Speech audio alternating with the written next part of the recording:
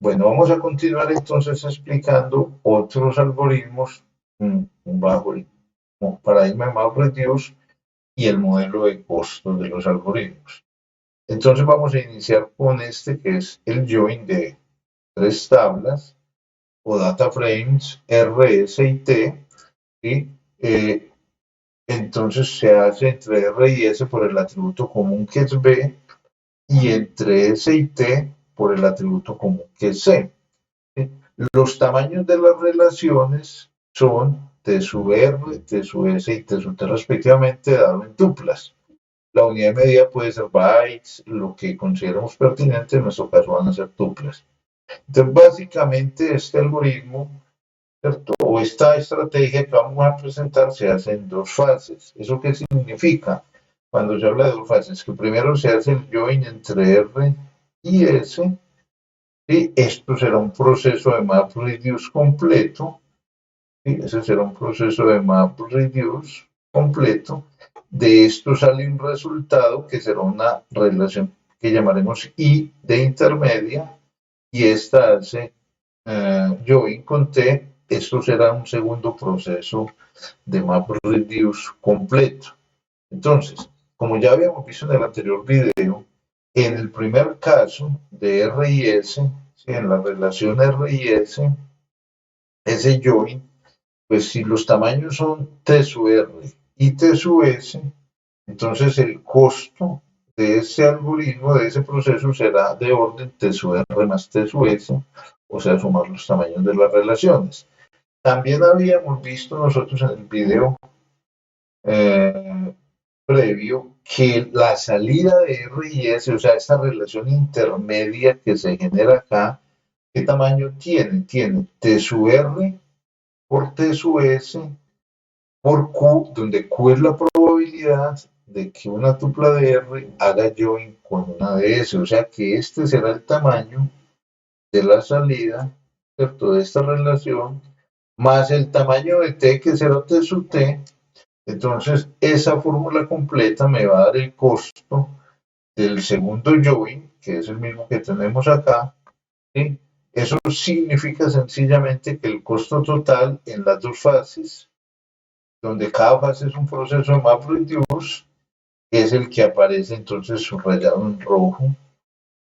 Ahora, esta es una de las estrategias para resolver un join entre tres tablas. Vamos a presentar una segunda estrategia y la vamos a comparar con esta. Este join se hace en una sola fase. Esta es la estrategia de una sola fase.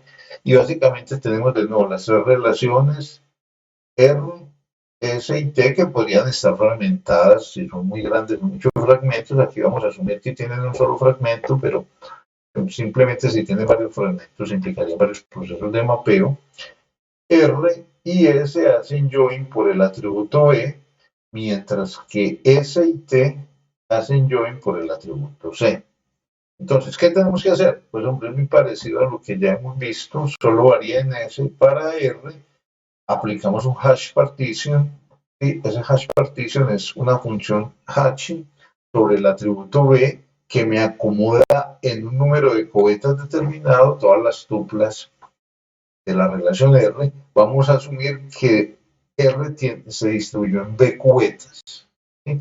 De la misma manera para T, entonces aplicamos también una función, un hash partition, pero esta vez sobre el atributo C y seguramente será otra función hashing diferente y me va a acomodar entonces en una tabla hash todas las tuplas de T.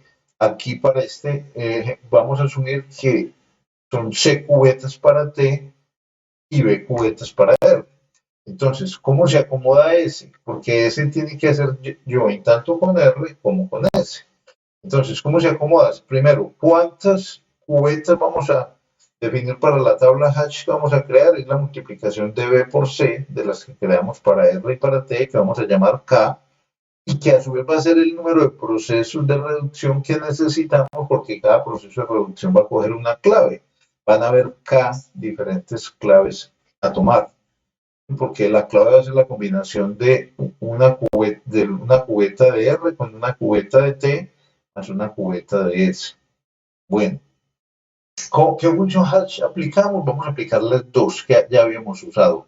La que usamos para R, que es H, y la que usamos para T, que es G.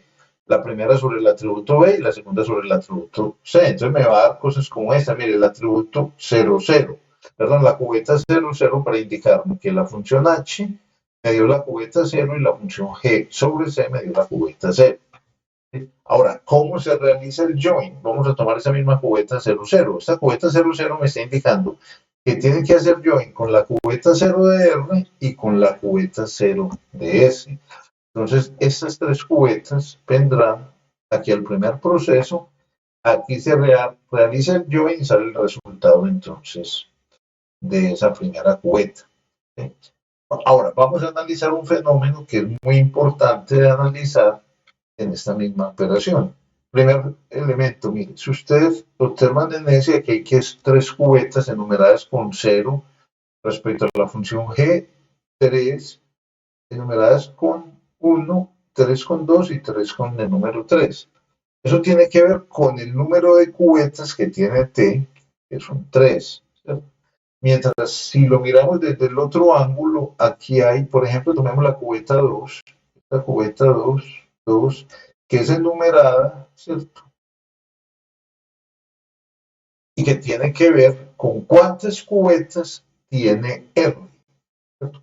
Aunque es la cubeta generada por la función G, perdón, tiene que ver con cuántas cubetas tiene R, o sea que habrá tantas como cubetas tiene R, en este caso 4. Ahora, ¿cómo se usan estas cubetas? Mire, cuando yo digo que aquí hay tres cubetas que tienen un 0, en esta parte, ¿cierto? Que hay tres cubetas con un 0, lo que estoy significando es que vamos a necesitar tres joins donde la cubeta 0 de R, o sea, esta cubeta 0 de R intervenga. ¿Sí? O sea, en otras palabras, esta cubeta interviene acá, interviene acá, interviene acá, y a esas tres cubetas viajan las respectivas DS, ¿sí? Para hacer join, y por supuesto tiene que viajar la correspondiente de T, ¿cierto? La 0, la 1 y la 2, que son las que aparecen aquí a la derecha especificadas, la 0, la 1 y la 2. Entonces, mire, lo interesante de todo esto es que la cubeta 0 de R tuvo que viajar a varios nodos o a varios procesos de reducción para hacer join. ¿Cuántos serían? C procesos. Ahora, si lo miramos desde el otro lado, que vamos a borrar esto, si lo miramos desde el lado de estas cubetas que tenemos acá en rojo, ¿cierto? Estas cubetas tienen que viajar, ¿sí? Estas cubetas, miren, viajan a dónde, a qué están viajando, a este proceso, a los que estoy señalando en amarillo, ¿cierto? ¿Y eso qué significa? Que todas necesitan hacer join con la cubeta 2 de T, entonces por eso esta cubeta viaja a varios procesos de reducción. ¿A cuántos? Tantos como cubetas haya en B, ¿cierto? Entonces, ¿eso qué significa? Que si vamos a evaluar el costo de este join, recuerden que el costo es, vamos por partes, el volumen de datos que ingresa a la fase de mapeo. Y son T sub R, porque acá para todas las tuplas de R deben viajar a los procesos de mapeo, todas las tuplas de S y todas las tuplas de T, entonces nos da este primer término, que se subraya en amarillo. Mientras que en el caso, por ejemplo, de la entrada a la fase de reducción, el volumen de datos, aquí hay una diferencia. Las tuplas de R deben viajar a C diferentes nodos, que es el número de cubetas de T, para hacer join con las que le corresponden. Las tuplas de T deben viajar a B diferentes nodos, o sea, se deben replicar. No es suficiente con que viajen a un nodo, sino que se deben replicar B veces, lo que aumenta el tráfico en la red, por supuesto. Y estas de T pues viajan una sola vez porque las tuplas de la mitad solo necesitan viajar a un solo proceso de reducción. Entonces eso significa que el costo de la segunda fase, ¿cierto? Es este de acá, y este costo es el de la primera parte, el del proceso de la fase de mapeo y la fase de reducción. Ahora, la pregunta es, bueno, ¿cómo escogemos B y C? Y recordemos que B por C es igual a K, que es el número de procesos de reducción. Para escoger B por C, vamos a hacer lo siguiente. Acá tenemos del costo total, que es este que acabo acá de encerrar, la parte de mapeo nosotros no la podemos cambiar porque simplemente son los tamaños de las relaciones. Lo que podríamos buscar es escoger un B y un C que sean muy pequeños o que sean que hagan mínimo el costo de la fase de reducción, porque recuerden que como el factor determinante es el costo de comunicaciones, nos interesa hacerlo pequeño. Para eso, entonces vamos a colocar como función objetivo ese segundo término. En función de B y C vamos a tratar de minimizar T sub S más C veces T sub R más B veces T sub T, sujeto a una restricción, ¿a cuál? A que K, que es el número de procesos de reducción, sea igual a B por C, que fue lo que mostramos arriba en el gráfico. Como esa es buscar el mínimo de una función con una restricción, pues entonces usamos la técnica de los multiplicadores de Lagrange, que no es otra cosa que igual la función objetivo y restarle cada una de las restricciones igualadas a cero y multiplicadas por el multiplicador de Lagrange, que en este caso es uno solo porque hay una sola restricción. Después de tener todo esto, pues ya lo otro es un tecnicismo matemático que lleva a que encontremos las derivadas parciales con B y C, las igualemos a cero, despejemos, etcétera, y lleguemos a este resultado que es el que nos interesa. O sea que el valor de C está dado por la raíz de K, que es el número de procesos de reducción por T sub T sobre T sub R, y B tiene una expresión parecida.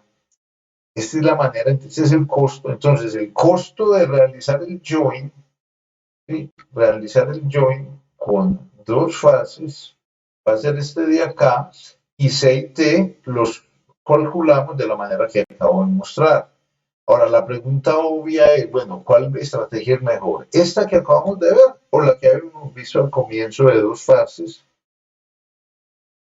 No hay una respuesta general a esa pregunta, sino que en cada caso y para cada consulta en particular hay que tomar los valores de las relaciones T sub T, T sub R y T sub S, estimar los B y los C. Recuerden que estamos sujetos a restricciones de memoria, de qué tamaño deben ser los reducers, de qué tamaño deben ser los fragmentos y qué capacidad de procesamiento tengo. Y con toda esta información tomar la decisión de la estrategia